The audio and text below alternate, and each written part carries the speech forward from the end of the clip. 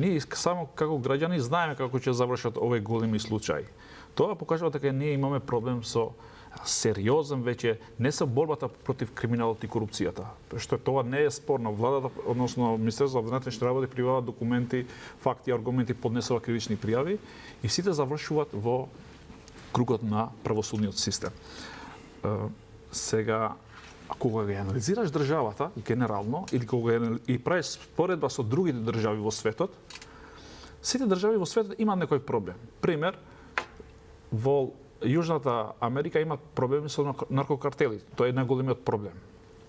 Можеби и дел од државите во регионот имаат таков проблем. Има држави кои имаат проблем со криминалот и корупцијата.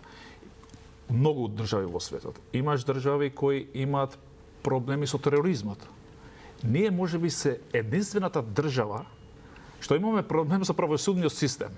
Сега ние треба да се бориме против правосудниот систем, бидејќи правосудниот систем реално е најголемиот проблем што му и прави, а не кажам, замка на целата држава.